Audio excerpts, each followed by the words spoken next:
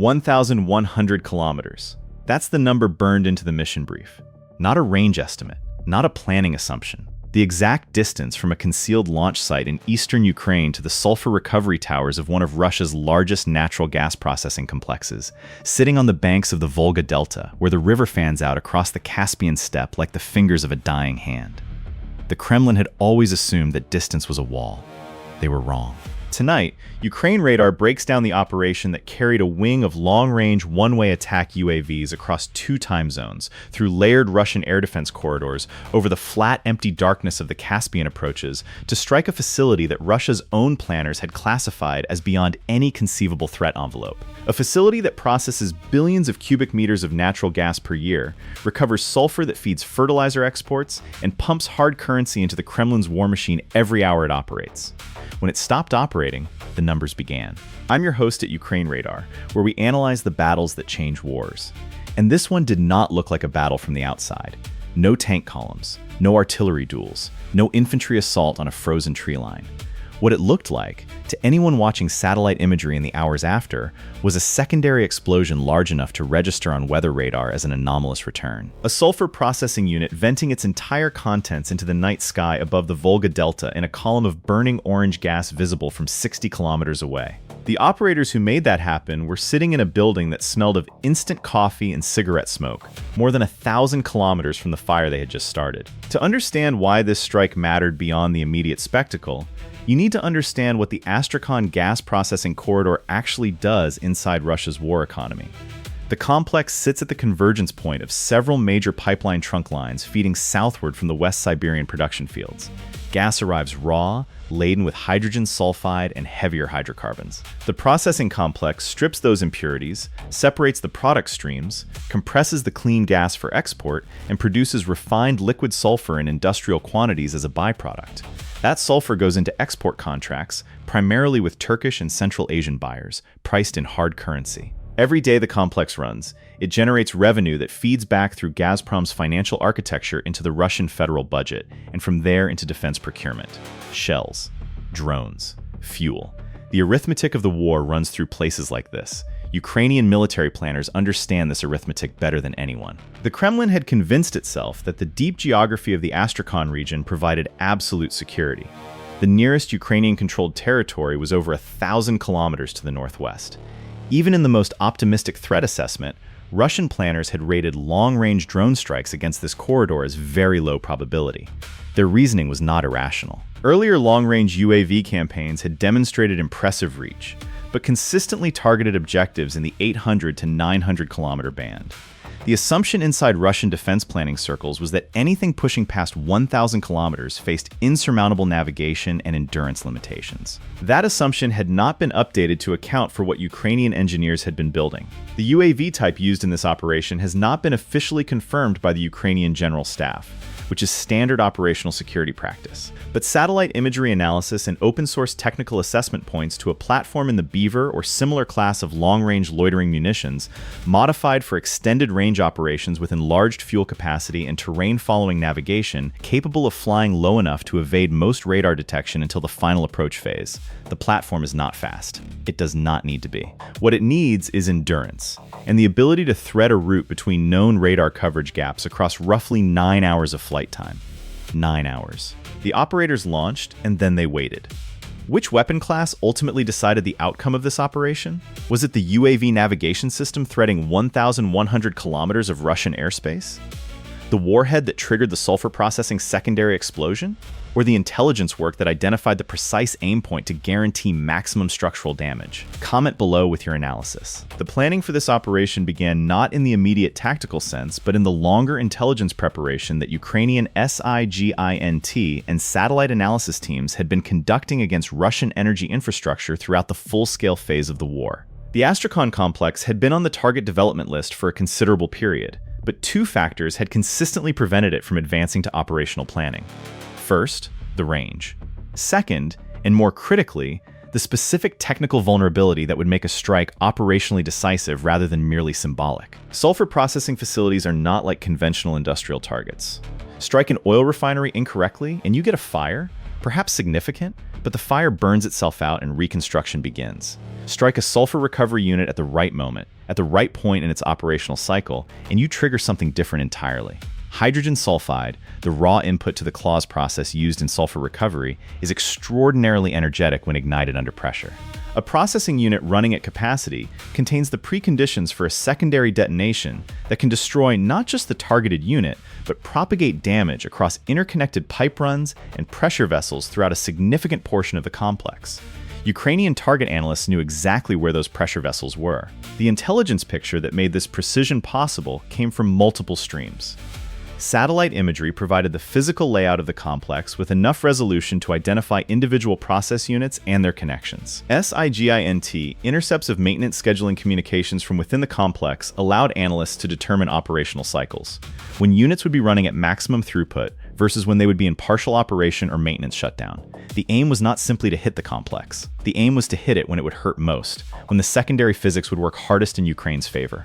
The window identified was narrow. Stay with me, because what unfolds in the next phase of this operation reveals exactly how a small team of drone operators and intelligence analysts transferred billions in economic damage onto a target that Russia's entire air defense network had been configured to assume was safe. The launch sequence for a long-range, one-way UAV mission of this complexity is not a dramatic event. There is no countdown, no theatrical moment of ignition. The platforms roll out of their concealed transport vehicles in the pre-dawn darkness, are visually checked by ground crew in red lens flashlight conditions, and then one by one they run up their engines, taxi a short distance on improvised strips, and climb away into the darkness at low altitude. The entire external sequence, from vehicle stop to last aircraft airborne, takes less than 22 minutes for a 6-platform package. What happens next is the invisible part. The part that makes the operation real. Each platform carries an inertial navigation system cross-referenced against preloaded terrain data and periodically updated by GPS signals when the navigation system determines it is safe to receive them in areas with reduced Russian GPS jamming coverage. The routing was not a straight line to the target. It was a carefully engineered flight path that exploited gaps in Russian radar coverage identified through months of SIGINT and electronic intelligence collection, skirting the edge of detection envelopes, flying low over flat steppe terrain where ground clutter makes low-altitude detection genuinely difficult even for modern radar systems. The route crossed the Volga River corridor somewhere north of Astrakhan in the final approach phase. This is the highest risk portion of any long-range penetration. River corridors attract radar sighting because they provide clear lines of sight in multiple directions. The platforms navigated this sector at their lowest altitude setting, ground following terrain avoidance engaged, airspeed reduced to minimize acoustic and thermal signature. 3 of the 6 platforms were carrying navigation redundancy, configured to loiter briefly if their primary GPS input was degraded, switching to pure inertial guidance for a defined period before reacquiring satellite signal.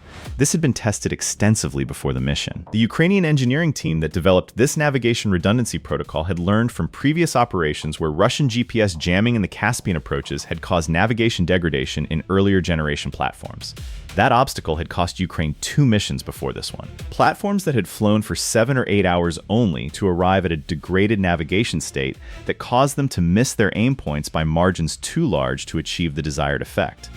The solution was not simply to use better GPS receivers. The solution was to build a hybrid navigation architecture that could tolerate GPS denial for defined periods without accumulating unacceptable position error. The engineers delivered it. By the time the platforms were crossing the Volga approaches, they had been airborne for approximately 7.5 hours. The fuel margins were within calculated parameters, but not comfortable. There was no margin for extended evasive maneuvering if Russian air defense assets acquired them. The mission profile depended entirely on not being detected until the engagement was unavoidable. How many Ukrainian platforms successfully completed the attack run and hit their designated aim points? We will answer that at the end. But for now, consider A3 platforms, B4 platforms, or C5 platforms. Hold that number in your mind. At the Astrakhan complex itself, the security posture on that night was the posture that had been in place for months. Adequate for the threat environment as Russian planners understood it, completely inadequate for the threat environment as it actually existed. The complex employed a security contractor force supplemented by a small Rosgvardia detachment. There were radar units in the broader Astrakhan region configured against aerial threats, but their primary orientation was toward the Caspian Sea approaches from the southeast, reflecting the legacy threat assessment built around Iranian or Azerbaijani aviation scenarios rather than Ukrainian long-range drone operations from the northwest. The radar coverage had been oriented in exactly the wrong direction. Inside the complex control room, the shift supervisor on duty was managing a normal operational cycle. Throughput was at approximately 94% of rated capacity. The sulfur recovery units were running cleanly. Temperature and pressure readings across the process units were within normal parameters. Maintenance logs showed the primary claws reactor trains had been serviced recently and were performing well. By every indicator visible to the control room staff, this was a routine night in a facility that had never experienced a security incident of any kind in its operational history. That operational history was about to end. The first indication that something was wrong came not from any radar system or security notification. It came from an auxiliary power unit at the eastern perimeter of the complex, where a maintenance technician on a routine inspection heard an acoustic signature that did not match anything in his experience. A small turbine sound. Low. Fading. He reported it to the control room. The control room supervisor called the security desk. 40 seconds later, the first impact. Subscribe to Ukraine Radar if you want to understand how modern warfare actually works. Because what happened in those next 90 seconds at the Astrakhan complex illustrates a principle that every military planner in every major power is now working to absorb into their doctrine. The primary aim point for the lead platform was not the main gas processing train. It was the inlet manifold section of the largest claws sulfur recovery reactor, the point where hydrogen sulfide-rich gas from the amine stripping units feeds into the processing chain at the highest pressure and volume. A strike at this junction, timed correctly, does not just damage the equipment. It creates a pressure wave that propagates backward through the inlet piping, overwhelming the automatic isolation valves designed to compartmentalize the system and creating the conditions for a much larger secondary event. The warhead used was not the largest available. It was selected specifically for its penetration characteristics. The goal was not surface explosion, but delayed detonation after partial penetration into the pipe manifold structure, maximizing the pressure disruption effect. The Ukrainian target analysts had calculated that a direct hit on this aim point during a high-throughput operational cycle would produce secondary effects with an energy release roughly 8 to 10 times the primary warhead yield.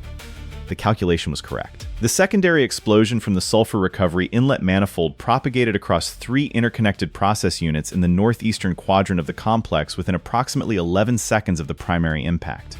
Pressure vessels in the secondary and tertiary claws trains failed in sequence. An absorption column in the tail gas treatment unit, operating at elevated temperature, experienced catastrophic structural failure and vented its contents into the atmosphere, where they ignited on contact with the still burning primary fire. The column of burning gas and vapor that rose from the Astrakhan complex registered on satellite thermal imaging as a heat anomaly of significant magnitude. On the ground, the facility's automated fire suppression systems activated immediately, but they were designed for conventional process fires, not simultaneous multi-point failures across 3 interconnected units. The foam deluge systems protecting the primary claws reactors activated and performed as designed. But the tail gas unit fire was burning in an area without foam suppression, because the original facility safety design had not anticipated this failure mode. The security contractor force evacuated the complex in good order. There were reported injuries among on-duty process operators in the vicinity of the initial impact, but the bulk of the shift workforce reached muster points at the perimeter. Russian emergency response arrived within approximately 40 minutes. Fire services from Astrakhan city and several surrounding districts. The response was professional and reasonably rapid, given the distance and the scale of what they encountered. But there was nothing the fire services could do about the burning sulfur compound fires beyond establishing perimeter control and protecting undamaged sections of the facility from further heat exposure. The fire in the tail gas treatment unit burned for over 19 hours. If you believe precision targeting of economic infrastructure is a decisive element of modern warfare strategy, type Ukraine Radar in the comments. This is exactly the kind of operation that will be studied in military academies for the next generation. The question that Russian defense planners faced in the aftermath was not primarily about the immediate physical damage, severe as it was. The deeper problem was what the strike revealed about the entire assumption underlying Russian infrastructure security in the deep interior. Russian air defense doctrine had evolved over decades around a concentric ring model. Protect the capital. Protect major military facilities. Protect industrial regions in the Urals and Siberia that are genuinely deep in the interior. The theory was that anything beyond 800 to 900 kilometers from the front line was effectively beyond Ukrainian reach. The budget allocations for air defense assets had reflected that theory. The positioning of mobile air defense systems, the siting of radar installations, the deployment of short and medium-range systems that could intercept low-flying threats. All of it had been calibrated against a threat model that the Astrakhan operation had just made obsolete. The intercepted communications that leaked through Ukrainian intelligence channels in the days following the strike showed genuine alarm at senior levels of the Russian energy security apparatus.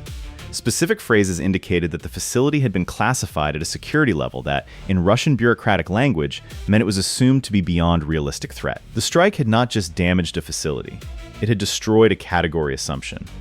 Russian planners now faced the question, if Astrakhan is reachable, what else is? The answer, which Ukrainian planners already knew and Russian planners were now being forced to confront, is that the geography of the conflict had fundamentally expanded.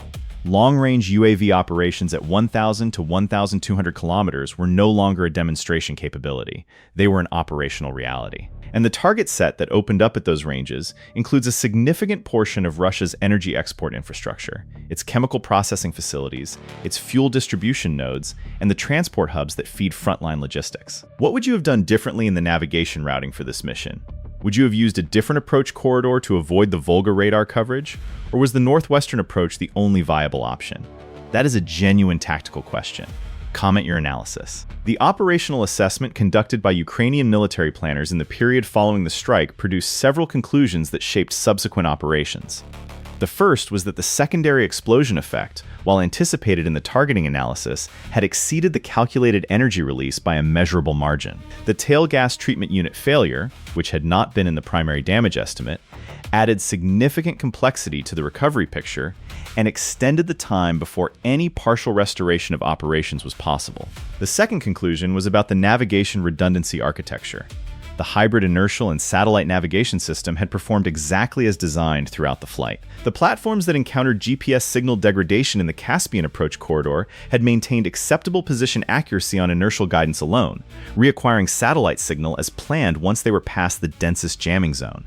This validated the engineering work and opened the door to expanding the operational range envelope in subsequent planning. The third conclusion was about timing.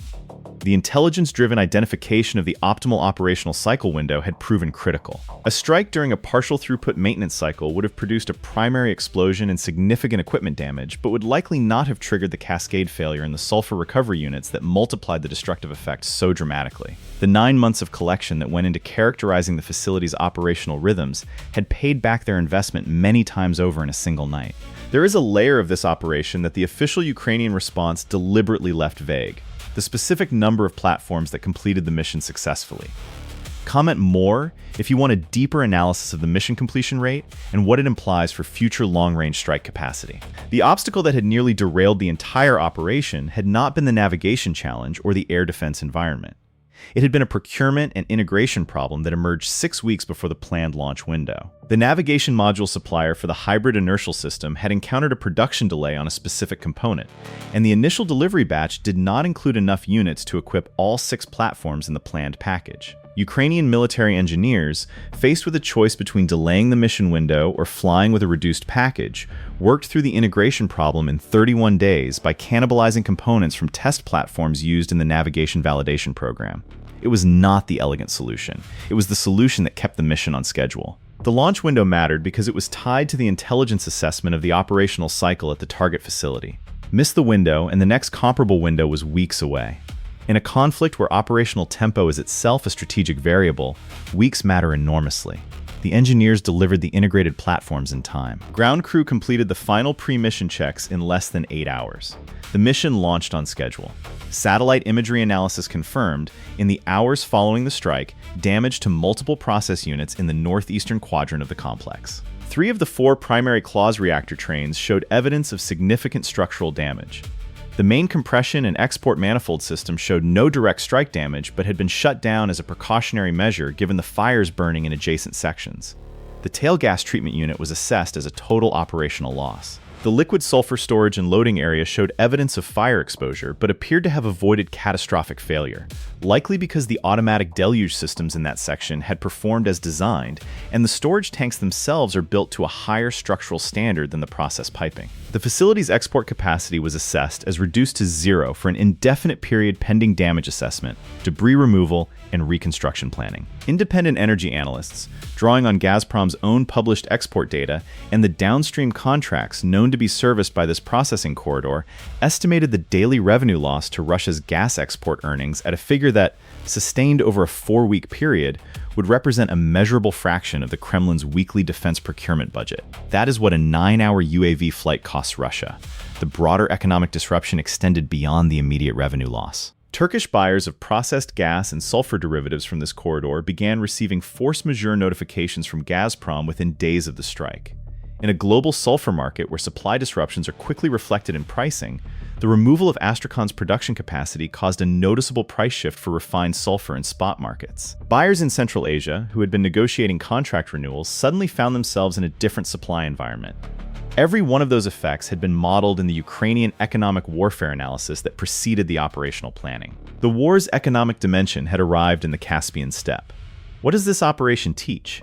Several things, and each one matters for understanding where this conflict is going and how future wars will be fought. First, geography is not protection.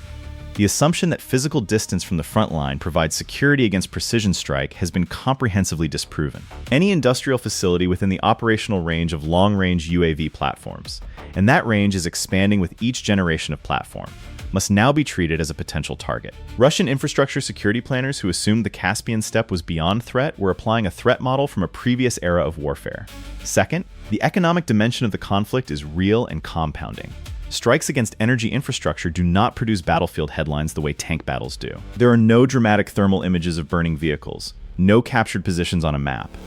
But the financial drain is continuous and cumulative. Every processing unit offline, every export contract in force majeure, every hard currency day that Russia loses from its energy revenue stream is a day that defense procurement budgets feel the pressure. Third, intelligence preparation time is force multiplication. The months of collection against the Astrakhan complex, the characterization of its operational cycles, the identification of the specific aim point that would maximize secondary effects. This is where the real work of this operation was done. The 9-hour flight was the execution phase. The real operation was the 9 months before it. Fourth, engineering obstacles yield to determined problem solving. The navigation redundancy challenge, the procurement delay on the inertial components, the timing pressure of the operational window. Each of these had the potential to abort the mission. Ukrainian engineers and planners treated them as problems to be solved, not as reasons to stand down. That orientation, systematic, determined, willing to cannibalize test hardware to make the schedule, is what turns limited resources into outsized results. Now, the answer you have been waiting for. The question was, how many platforms successfully completed the attack run and hit their designated aim points? The answer is B, 4 platforms. Of the 6 launched, 1 experienced navigation degradation in the approach corridor that could not be corrected within mission parameters and diverted to a secondary aim point at a fuel distribution facility in the broader region. 1 was acquired by Russian air defense in the outer approach zone and intercepted. 4 platforms reached the primary target area, delivered their payloads, and produced the cascading secondary effects documented in the post-strike satellite imagery. A 66% mission completion rate against a target at 1,100 kilometers range, with a secondary explosion effect that exceeded calculations against an objective that Russian planners had classified as beyond any realistic threat envelope. In the operational calculus of long-range precision strike, that is an extraordinarily successful outcome. 3 questions to carry with you. Was the decision to concentrate all platforms on a single aim point, the sulfur recovery inlet manifold, the right call? A distributed strike across multiple aim points might have guaranteed some damage to multiple systems, but it would have sacrificed the concentrated energy needed to trigger the secondary cascade.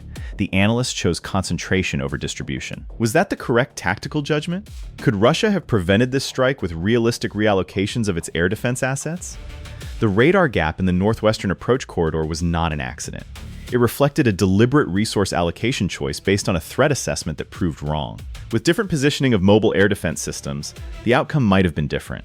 But there are only so many mobile systems, and every reallocation to protect deep infrastructure leaves something else less covered. What would you have done differently as the Ukrainian mission planner? More platforms in the package to improve completion odds? A different routing to reduce exposure in the Volga corridor?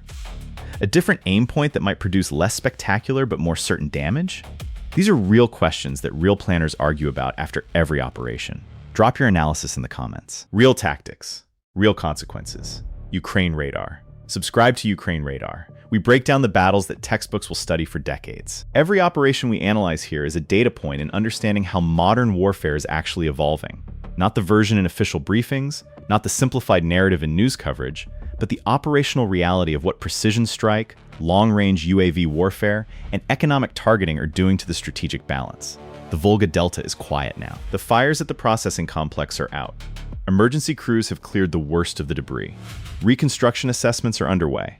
But the 4 sulfur recovery reactor trains in the northeastern quadrant are not coming back online next week or next month. The insurance claims are being filed. The export contracts are being renegotiated. The downstream buyers are making alternative arrangements. And in a planning facility somewhere in Ukraine, the next target packet is already being built. The wrecks remain. Not tank hulks on a frozen field, but twisted process piping and collapsed absorption columns in the Caspian steppe. Modern warfare reaches everywhere it needs to reach, and the assumption of invulnerability is always, eventually, proven wrong. Stay vigilant.